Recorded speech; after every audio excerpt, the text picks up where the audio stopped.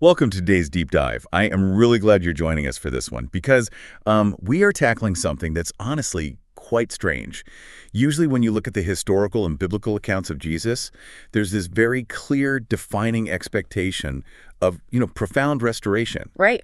Absolutely. We read through the ancient texts, and the narrative is built almost entirely around bringing things back to life. It's about healing the sick, restoring sight to the blind, feeding massive crowds of hungry people, and showing his immense grace to outcasts. Yeah, the overarching theme of his public ministry as it's recorded in the Gospels is just overwhelmingly restorative. I mean, whether you approach it from a theological standpoint or purely as ancient literature, the whole character arc is defined by creation, by healing, and fixing what is basically broken in the human condition. But then you step into this one highly specific narrative in the Gospel of Mark, and suddenly that restorative pattern just shatters. We're looking at a moment that is honestly completely baffling. It feels totally out of character. It really does. So today, our mission is to unpack a stack of 5 fascinating transcripts from botanical, historical, and theological sources, just to figure out why a figure known for healing would perform what appears to be a bizarre act of destruction. It's the absolute definition of a narrative paradox. I mean, out of all the miracles recorded across the 4 Gospels, this is the only destructive miracle in his entire ministry. Yeah, the only one. So here is the scenario exactly as it's laid out in the Gospel of Mark, chapter 11. Jesus is walking with his disciples from the village of Bethany into Jerusalem. He's hungry. He sees a leafy fig tree in the distance, walks up to it expecting to find something to eat, finds absolutely no fruit on it, and then dramatically curses it. Right. He literally says, "May no one ever eat fruit from you again." And the text tells us the tree subsequently withers and dies from the roots up. Which, if you just read it on the surface, sounds incredibly petty. Critics of the text have often pointed out that it reads like a divine temper tantrum over a missed breakfast. Exactly. And here is the immediate problem presented in our sources, the paradox that makes this whole event so fascinating. The text in Mark explicitly includes this little parenthetical detail. The author writes, "For it was not the season for figs." Okay, let's unpack this. Why would a figure universally known for his patience and grace use his only destructive miracle to kill a tree for not doing something it wasn't even biologically supposed to do yet? It's a brilliant question, and it's the exact hurdle that scholars and readers have stumbled over for centuries. If you don't look past the surface translation of the text, he just appears unnecessarily malicious and, frankly, ignorant of basic agriculture. But the research we pulled together for you today is going to completely flip that perspective. We're going to look at the mechanics of ancient Palestinian agriculture, the brilliant literary structures used by first-century writers, and the heavy weight of Old Testament prophecies. Right, because when you combine those 3 things... Yeah, this seemingly petty act turns into a profound, chilling prophetic warning. It really does. But to really get to the bottom of the mechanics here, we actually have to step away from the theology for a minute and move into the botany. Okay. Botany. Yeah, we have to look closely at the agronomy of ancient Palestine. Because to understand why the historical Jesus wasn't just throwing a fit, you have to ask a very practical question. Why would a local resident of that specific geographical area expect to find fruit on a fig tree in the spring, well outside of the normal harvest season? Well, let me stop you right there and push back on that, because this is where my own confusion peaked when reading this stack. Sure. The event takes place right around Passover, which historically falls in late March or early April. And all of our botanical sources note that true, ripe, juicy figs don't usually arrive until midsummer or the fall. Correct. So if the text explicitly admits it wasn't the season, what biological reason did he have to walk up to that tree in the first place? The answer lies in the unique growing cycle of Palestinian fig trees, which operate a bit differently than other fruit-bearing trees. In late March, right around the time of Passover, the leaves begin to appear on the branches. But here is the crucial biological detail that our agronomy sources highlight. Okay. Coincident with the leaves, or sometimes even before the leaves fully coat in the branches, these small edible knobs appear along the wood. And these aren't just tiny, underdeveloped normal figs, right? The sources have a very specific Arabic term for these. Correct. In Palestinian Arabic, these early precursors to true figs are called takwash, or sometimes two. They're not the sweet, mature purple figs you'd buy in a market in August. They grow to about the size of green almonds, and they are somewhat tart. But they're edible. Entirely edible. Historically, they were commonly eaten by peasants, day laborers, travelers, basically anyone needing to stave off hunger while on the road. Oh, I see. So if you are a traveler in first century Judea Right. and you see a fig tree with leaves in the spring, you know it should also have these little takwash knobs. Exactly. That is the biological tell. If you approach a Palestinian fig tree in the spring and it has a full, vibrant coat of leaves, but absolutely zero takwash, it is a biological guarantee that the tree is completely barren. Wow. Yeah. The presence of leaves without those early nogs means the tree is essentially a dud.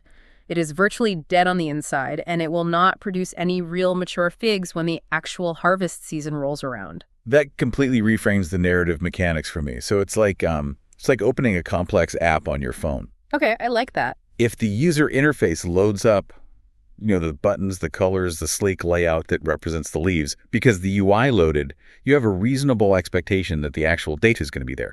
But if you click around and the data is completely missing, the app isn't just loading slowly. It is fundamentally broken. The underlying code is dead. That is an excellent way to visualize the mechanism at play here. The historical Jesus wasn't ignorant of the agricultural season at all. By finding a full canopy of leaves, he should have found the early takwash. By finding nothing but leaves, he realized the tree was already biologically bankrupt. So the curse he pronounced wasn't killing a healthy, thriving tree out of spite. He was merely speeding up the inevitable, visible death of a tree that was already functionally useless. The leaves were essentially false advertisement. Precisely. The tree was a biological hypocrite. It was advertising a vitality and a future harvest that it fundamentally did not possess. And once you understand that the tree was genuinely barren, you have to ask the next logical question. Which is? Why make such a massive public spectacle of pointing it out? Why not just shrug, stay hungry, and walk past it? Right. And to answer that, the literary sources in our stack point out that we have to look at exactly where Jesus went immediately after he interacted with this plant. The geographical movement is the key here, and this brings us to one of the most brilliant storytelling techniques used in ancient literature. Yes.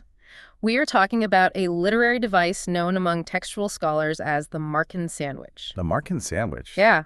The author of the Gospel of Mark uses this structural technique constantly because, ancient writers didn't have italics, bold text, or footnotes to emphasize a point. They used structural framing to force the reader to connect to seemingly unrelated events. A sandwich structure. I really like this concept, but I want to make sure I understand the mechanics of it. How does this structural knot actually function in the text itself? Think of it in three parts. You have story A, which acts as the top piece of bread. In our case, Jesus approaches the fig tree, finds it barren, and pronounces the curse. Okay, got it. Then the narrative abruptly shifts to story B, which is the meat of the sandwich. This entirely different event takes place inside the city of Jerusalem. And finally, the text returns to the resolution of story A, the bottom piece of bread. This is where the disciples walk back past the exact same tree the next morning and find it completely withered from the roots up.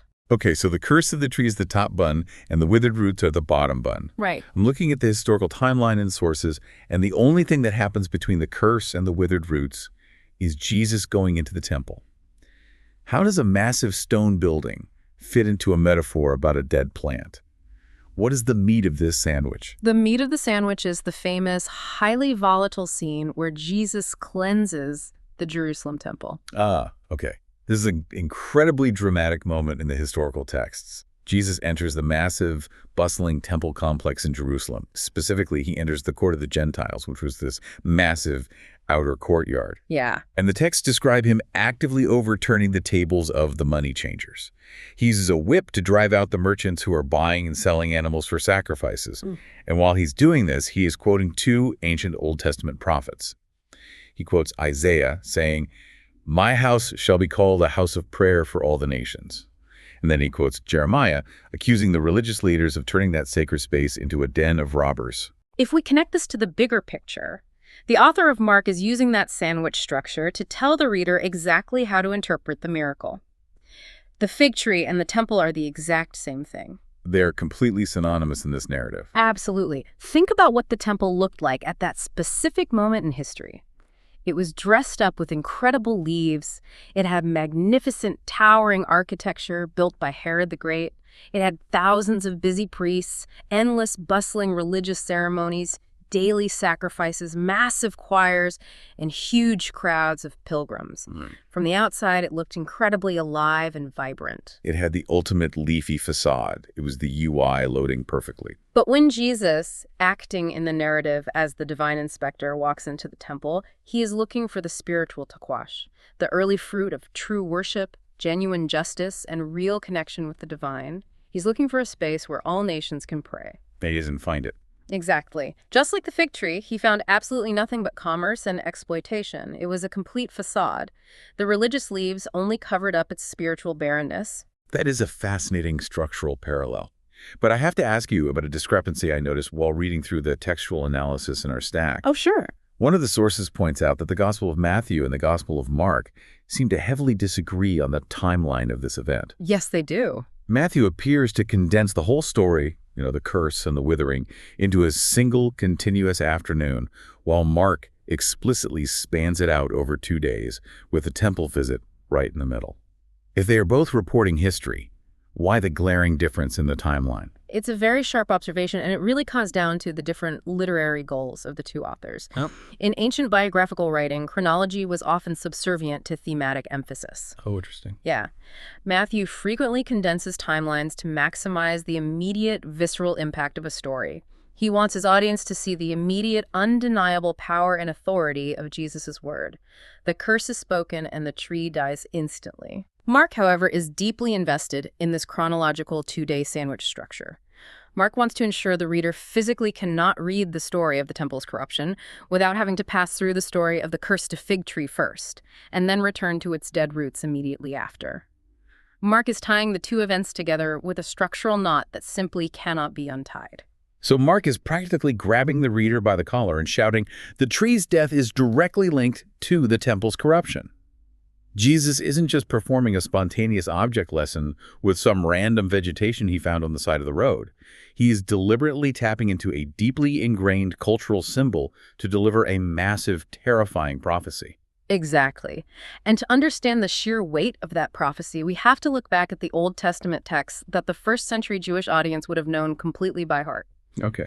In ancient texts like Micah chapter 7 and in the writings of Jeremiah chapter 8, the fig tree is a standard, universally recognized metaphor for the nation of Israel and its religious establishment. So when Jesus curses the tree, everyone watching, and eventually everyone reading the account, would realize he was performing what biblical scholars call an enacted parable. Yes. This wasn't just a clever metaphor. It was a physical, tangible demonstration of a spiritual judgment. It's exactly like when the ancient prophet Ezekiel lay on his side for over a year, or when Jeremiah walked around wearing a wooden yoke. They acted out the prophecy. Jesus was physically acting out a judgment against the corrupt religious system of his day. And we see the mechanics of this judgment echoed elsewhere in the sources, too. There is a related teaching found in the Gospel of Luke, chapter 13, that really details how this probationary period worked. Right, the parable of the vine dresser. Our theological sources brought this up, and the parallels are hard to ignore. In this parable, a man owns a vineyard, and he has a fig tree planted in the middle of it. He comes looking for fruit on this fig tree for 3 consecutive years, and every single time, he finds nothing but leaves. So he finally runs out of patience and orders the vine dresser to cut it down. He literally asks, why should it use up the ground? But the vine dresser steps in and pleads for just a little more time. He says, "Sir, let it alone this year also until I dig around it and put on manure. Then if it should bear fruit next year, well and good. But if not, you can cut it down." The timeline parallels here are striking, especially when you look at the historical consensus regarding Jesus' public ministry. Historians generally agree his earthly ministry lasted for approximately 3 years. That is 3 years of continually coming to the fig tree of the religious establishment, looking for the fruit of genuine faith, justice, and mercy, and finding only the leafy, bustling facade of a hollow religion. Wow. The physical cursing of the actual tree outside Jerusalem was the visible, tangible signal that the period of grace, that extra year of fertilizing and waiting, was coming to a definitive, permanent end. Here's where it gets really interesting. An enacted parable only holds weight if the judgment it predicts actually comes to pass. And the historical data we pulled shows that this wasn't just an empty symbolic threat. Across multiple historical sources we analyzed, they point to a very specific, devastating event that fulfills this enacted parable. Exactly 40 years after Jesus cursed this fig tree and prophesied against the corrupt temple system, the Roman Empire laid siege to Jerusalem. Yes. In AD 70, following a massive zealot uprising, the Roman army, led by the future Emperor Titus, completely decimated the city of Jerusalem. And the temple, that massive, seemingly indestructible epicenter of Jewish religious life, the leafy canopy of their entire cultural and spiritual identity, was burned completely to the ground. Completely gone. Yeah, the texts record that the fires were so hot the gold melted into the cracks of the stones, prompting the Roman soldiers to pry every single stone apart to get to the gold. Literally not one stone was left on another. Which is exactly what Jesus had predicted in the texts. But I want to ask about the 40-year gap. If the judgment was pronounced during his ministry, why did it take 4 decades for the Romans to show up and destroy the temple? In ancient biblical literature, 40 years is the standard measure of a single generation. It is deeply symbolic of a probationary period, much like the Israelites wandering in the desert for 40 years before entering the Promised Land. Don't throw away. The sources suggest that this 40-year gap between the curse of the fig tree and the destruction in AD 70 was a final generation of probation. A last chance for the religious system to produce fruit before the axe finally fell. That makes the visual of the withered roots even more profound. For the disciples who walked past that dead fig tree that morning, the withered roots weren't just a marvel of miraculous power to gawk at. They were a literal, localized preview of the impending destruction of a religious system that looked incredibly alive on the surface, but was, at its absolute core, spiritually dead. The focus on the roots is vital, because the root is the unseen, subterranean source of life. The temple had rotted from the root up. The outward, leafy rituals of sacrifice and commerce continued for another 40 years, but the spiritual life source had already been severed by divine judgment. But the destruction of that physical temple in AD 70 creates a massive theological vacuum in the sources. If the literal house of God, the only designated place for sacrifice and atonement, is gone, how do these ancient texts say people are supposed to worship? Where does the fruit grow now if the original vineyard has been burned down by the Romans? To answer how the texts bridge that gap, the sources take us to the narrative surrounding the very moment of the crucifixion. The Gospel of Matthew records that the moment Jesus died on the cross, something highly symbolic happened inside that very temple, decades before the Romans ever touched it. You're referring to Matthew 27 and 50. The text states that the massive curtain in the temple was torn into 2 from top to bottom. And we have to understand the mechanics of what this curtain actually was. This wasn't just a decorative drape or a thin veil. Not at all. Historical sources describe it as a massive, heavy barrier, potentially inches thick, that separated the outer, bustling courts of the temple from the Holy of Holies, that innermost, dark sanctuary that represented the direct, unmediated presence of the divine. Humanity was strictly kept out of that space. This raises an important question. If the texts assert that this massive barrier is torn from the top down, implying an act of the divine rather than human hands, and the building itself is ultimately destined for destruction, how is the paradigm of interaction with the divine shifting? According to the sources, Jesus actually previewed this exact theological shift much earlier in his ministry. The texts point to a conversation he had with a Samaritan woman at a well, which is recorded in the Gospel of John, chapter 4. Right, the woman at the well. The woman essentially asks him about the correct geographical location for worship. She wants to know, is the divine accessed on her people's mountain, or is it exclusively in Jerusalem at the Jewish temple? And Jesus tells her that an hour is coming when true worshipers won't need a specific mountain or the Jerusalem temple. The text says they will worship in spirit and truth. The texts present this as a radical decentralization. The destruction of the old, localized, heavily mediated system made way for a universally accessible relationship with the divine. The theological claim of the New Testament is that the presence of God was no longer going to be confined behind a heavy curtain in a stone building in the Middle East. And this brings the entire historical and theological analysis directly to the individual, because the authors of the New Testament took this concept of decentralized worship to its ultimate logical conclusion. The Apostle Paul writes in his first letter to the Corinthians, chapter 6, verse 19, that the believer's own body is now the temple of the Holy Spirit. According to this new theology, the sacred architecture moved from stone, gold, and cedar to flesh and bone. The texts assert that the human heart became the new Holy of Holies. From an analytical perspective, this represents a massive democratization of religion. Direct access is claimed. The texts argue that no money changers, no animal sacrifices, and no physical pilgrimages to Jerusalem are required anymore. But, and this is a massive but, that the textual sources are very clear to emphasize, there is a severe, sober warning attached to this shift in location. If the texts claim that the individual person is now the temple, then the requirement for fruit still applies just as strictly. The divine inspector is still looking for the takwash. The standard of judgment hasn't changed in the texts, only the location of the temple. And the sources reference several other New Testament writings that reinforce this exact mechanism. The Book of James famously states that faith without works is dead. It's a direct theological echo of the biologically dead fig tree.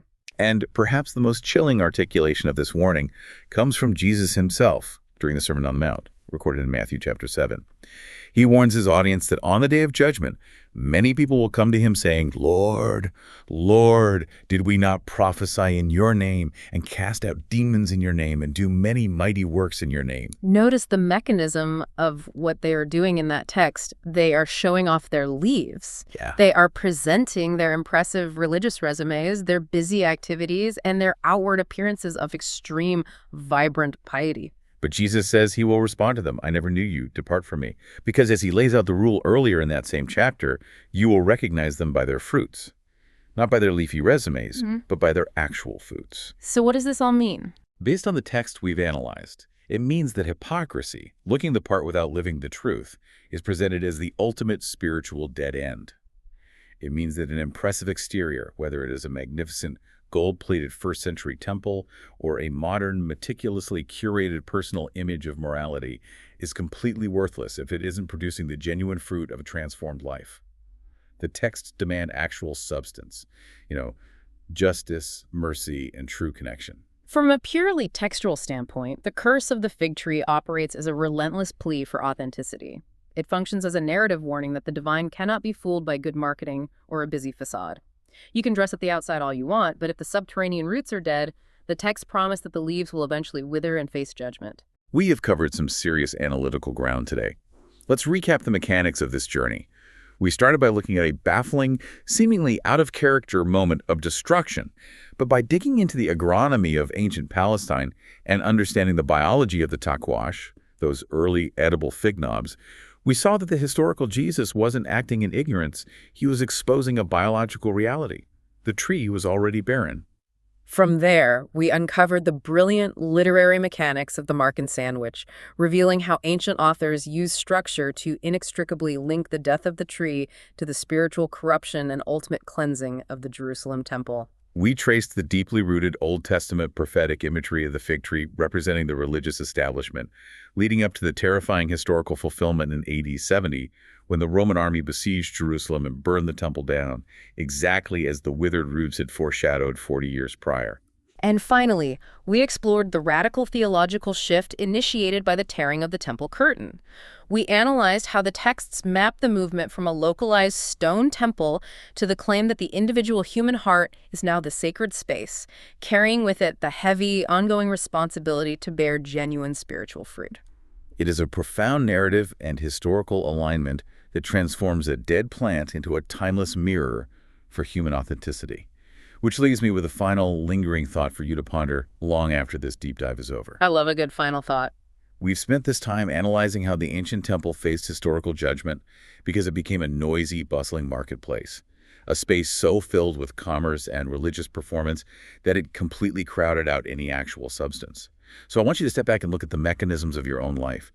How are you constructing the temple of your own modern identity? That's a deep question. Are we filling our mental and emotional space with the noisy digital money changers of endless notifications, shallow content, and the constant exhausting pressure to perform for an audience?